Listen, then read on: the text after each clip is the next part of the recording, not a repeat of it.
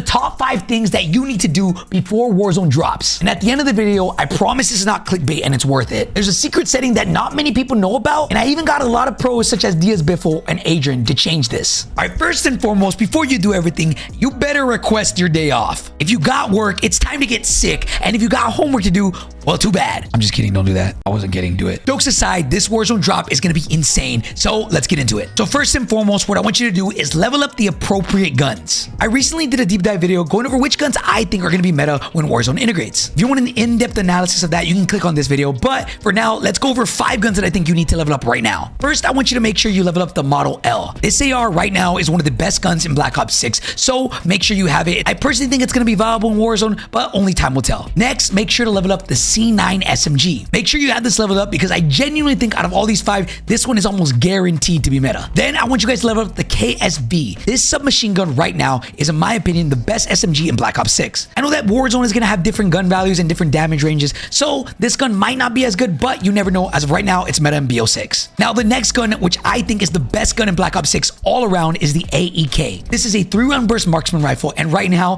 this thing is absolutely broken. Make sure to have this leveled up because I do think at the very least, this gun will be viable. But for the last one, this one's going to be a wild card, and that is the PU-21 LMG. The PU-21 LMG right now is the fastest time to kill gun in Black Ops 6. Now, will that transfer over to Warzone? No one knows, but the PU-21 is pretty much exactly like the Bruin back in Modern Warfare 2019. It's an LMG that can technically be converted into an assault rifle by adding a different magazine. If history repeats itself, we've seen guns like the Bren or the Bruin be meta in Warzone, so I think this one's a pretty safe bet because of how strong it is. I'm going to throw one more gun in here as an extra, and that is the XM4. It feels like the XM4 or the M4 has always been meta in every single Warzone. So this gun might be a safe bet to try and level up before the Warzone integration. Let me know out of all of these which ones you guys like the best. Now, going on to tip number 2 is make sure you build the right loadout. Let's go over what perks and equipment I think are going to be meta and what I think you guys should be rocking when the game launches. So let's work from the top of the loadout to the bottom of the loadout. For the primary gun, I'm personally going to use the AEK day 1 and see how good it is. For my secondary, I think the safe bet is going to be the C9.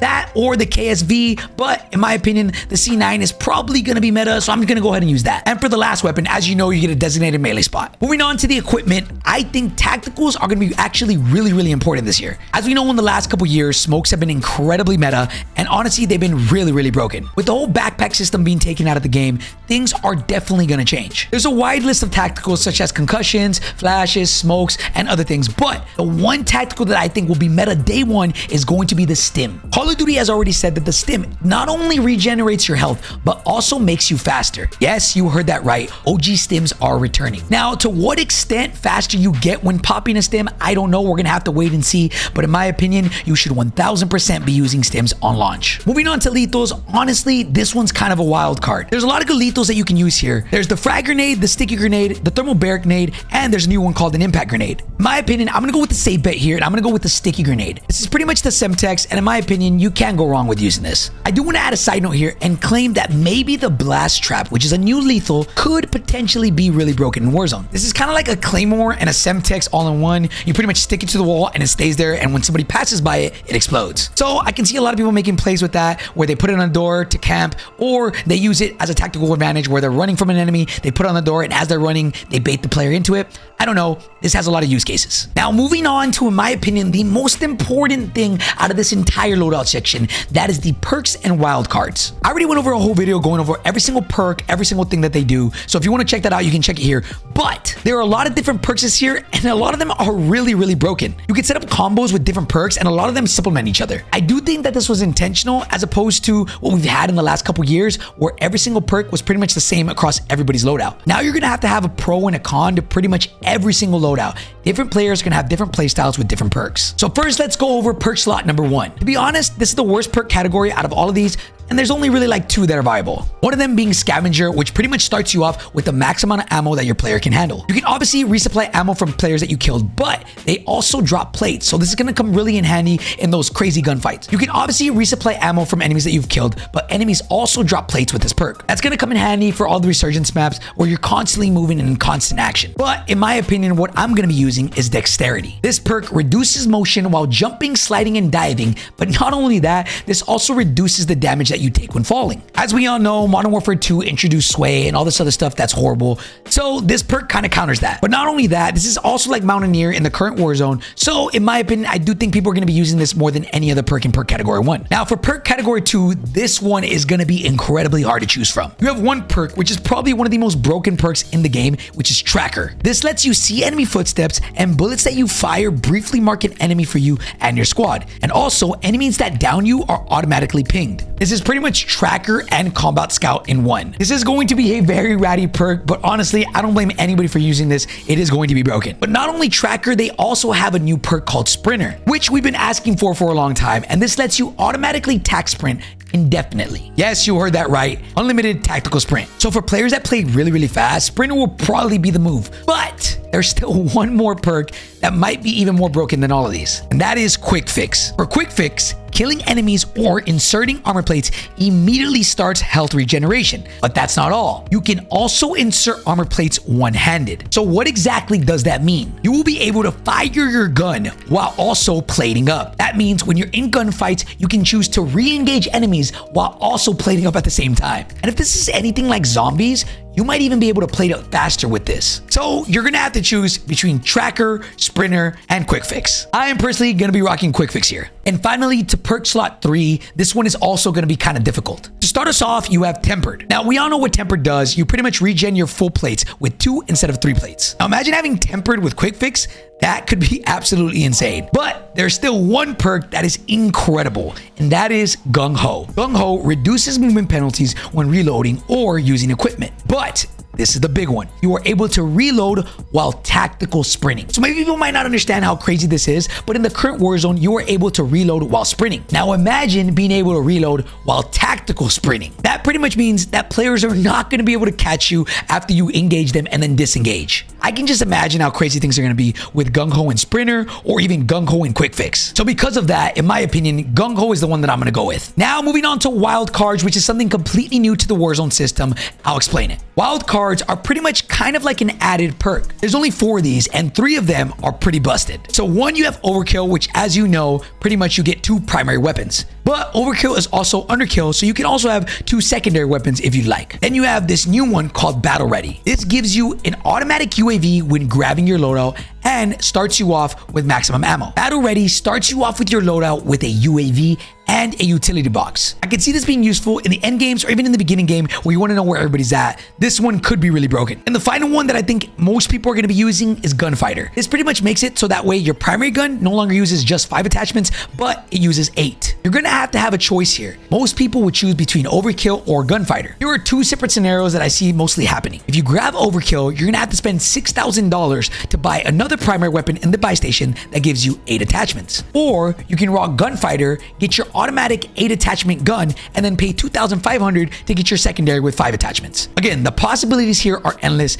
and there's going to be loadouts where you have 8 attachments on both your primary and secondary. For me, I'm going to go ahead and choose the Gunfighter wildcard, and I'll probably pick up another gun on the floor or buy one on the buy station. This will probably be my day 1 loadout. Let me know if you guys agree with it, or what would you change? Moving on to the next tip, and probably the most important, is make sure your settings are right. Let's go over a couple settings that I think you absolutely have to have before the game launches. So for the first setting, and arguably the most important, is your sensitivity. I want you to go ahead and go over to your controller settings and then go down to horizontal stick sensitivity and vertical stick sensitivity. In my opinion, you should only stay between 6 and 8. All the best players stay within this range, and if you're going higher than that, honestly, you're just making yourself worse. This is single-handedly, in my opinion, the biggest mistake that every player makes. They think we're in the trick shotting era and they all play on 2020. I promise you, lower this down and you will miss significantly less shots. I will add though, in this game, 6-6 is technically 7-7. So 7 to 9 is going to be the sweet spot in this game. Now, after you get that down, hit R1 and go over to your aiming section. From there, it's going to have sensitivity multiplier, press square. And here, honestly, I will leave this all at 1. Some people change this to 0.95 or even 0.9, but in my opinion, it's not worth it. I personally just leave it at 1. If you want to play on a higher sense like 9, but want to make sure your accuracy is good, maybe turn down your ADS sense multiplier to 0.9. Next, while in the aiming tab, I want you to scroll down to aiming advanced settings. Right here, I want you to scroll down to ADS sensitivity transition timing. This one is normally set to gradual. I want you to put that to instant. This is pretty much described as the sensitivity multiplier is applied immediately when aiming down sight, as opposed to gradually. This is going to make that aim feel a lot more snappy. And then honestly, the most important thing in this section is aim response curve. Please, please, please do not listen to anybody telling you to play on linear. Please leave it on dynamic. I promise you it's the best one here. Then go ahead and press square and it's going to show you your aim response curve slope scale. I just leave that at 1. Now I want you guys to go back over to the controller section, scroll down all the way until you get to the dead zone input. So as you can see, my dead zones are a little bit different than last year's. The only really important ones are right stick minimum, left stick maximum, and left stick minimum. So we'll start off with right stick minimum. This I leave it at 2. I've always played at 2. Some people play on 5.